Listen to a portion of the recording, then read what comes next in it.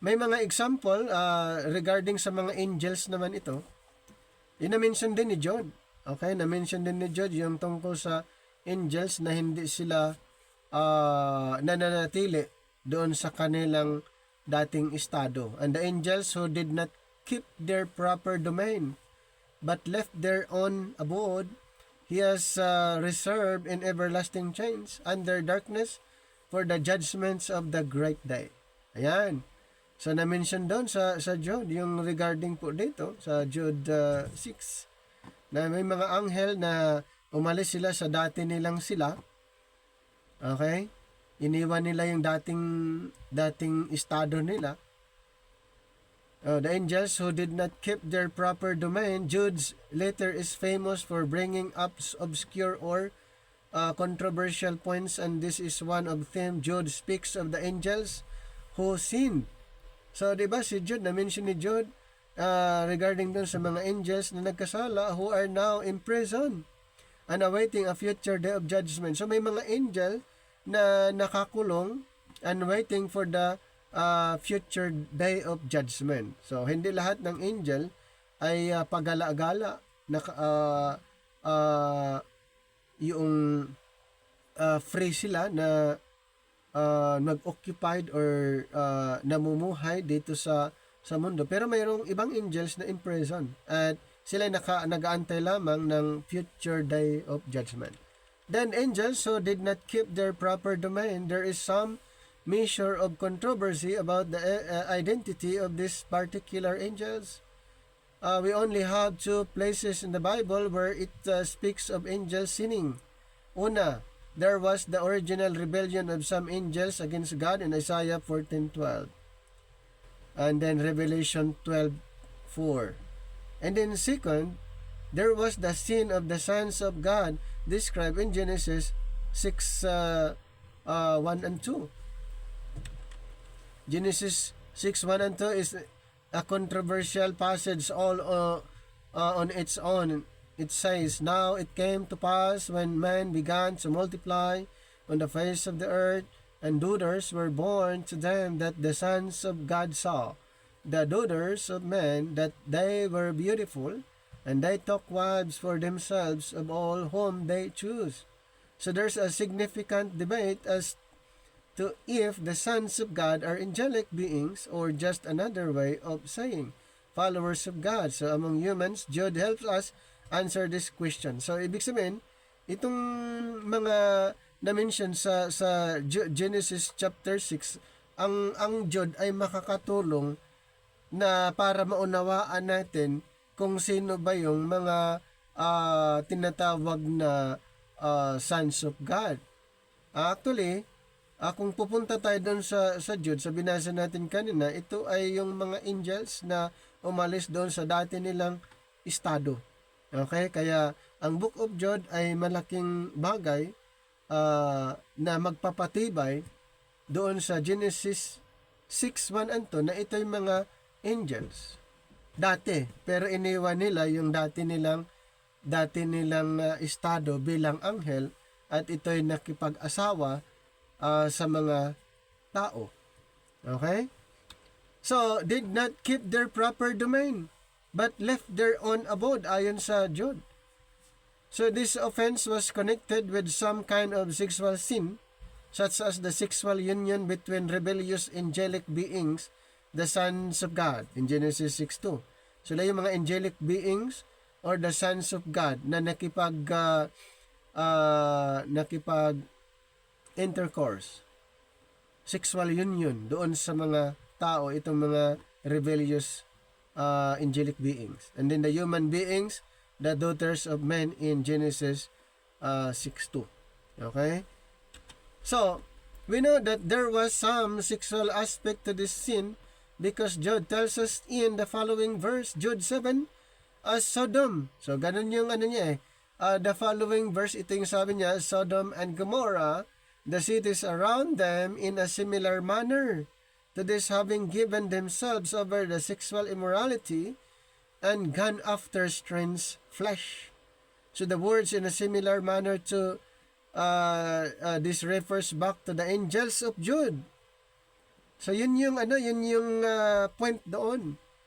Sa verse 6, that the words gone after strange flesh refers to their unnatural sexual union. So yun yung mga angels na na-mention at yung sa Genesis number 6. Itong verse na ito ay papatibayin niya yung Genesis 6 na yun ay mga angelic beings na umalis doon sa dati nilang estado at nakipag-intercourse sa mga tao.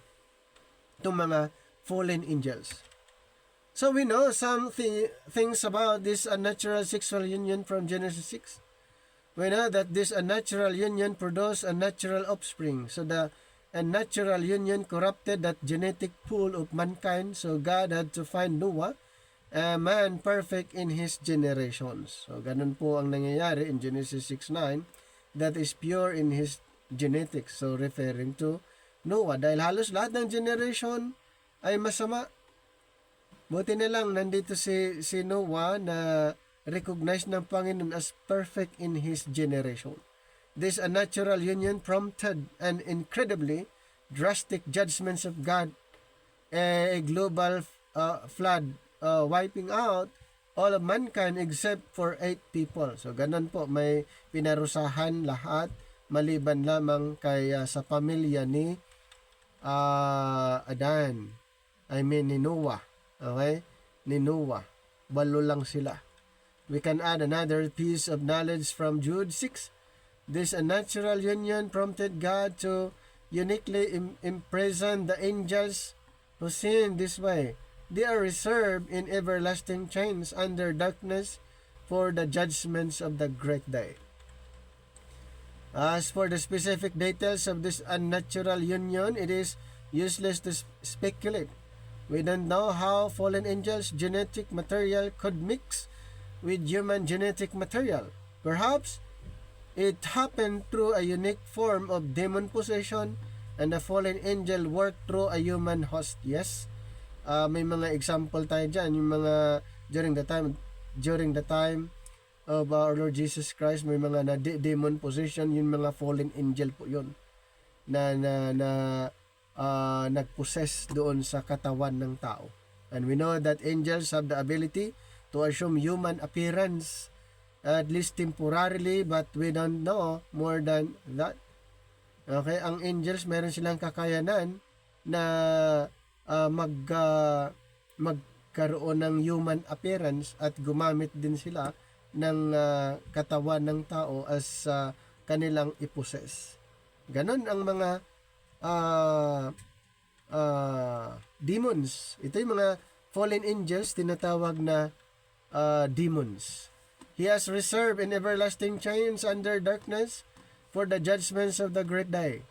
God judged these wicked angels. Yes. God judged these wicked angels, sitting them in everlasting chains. Apparently, some fallen angels are in bondage, while others are unbound and active among mankind as demons. So, mayroong iba na nakakadena. Ayan. Yung iba naman ay hindi. So, sila yung mga active na nanggugulo bilang demons or mga demonyo. By not keeping their proper place, they are now kept in chains. Their sinful pursuits of freedom put them in bondage. In the same way, those who insist on the freedom to do whatever they want are like these angels, bound with everlasting chains. True freedom comes from obedience. If angels cannot break their chains, sin brought upon them. We are foolish to think that humans can break them. We cannot set ourselves free from these chains, but we can only be set free, yes, by Jesus Christ. Diba mayroong kayong narinig na mga prayer na ipag-pray nila na gagapusin ang mga demonyo, ano pa ba yung mga ano doon, yung kanilang kumbaga ikinukulong or maraming ganun po. Pero actually, yes, that sa time na ito, nung mapansin natin, sa Bible, ang may kakayanan ay ang Panginoong Hesus. This reminds us that these angels who sinned with an unnatural sexual union are no longer active with His radical judgment. Back in the days of Noah, God put an end to this kind of unnatural sexual union. So the example gives the lesson. Una, it assures us that the certain men causing trouble will be judged no matter what their spiritual status had been. These angels at one time stood in the immediate glorious presence of God, and now they are in everlasting chains. If God judged the angels who sinned, He will judge this certain men. Secondly, it warns us that we also must continue walking with Jesus. If the past spiritual experience of these angels didn't guarantee their future spiritual state, then neither does ours. We must keep walking and be on guard.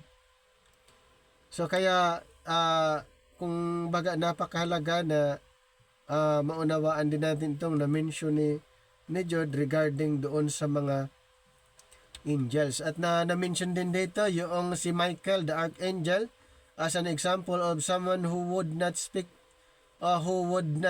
evil of dignitaries.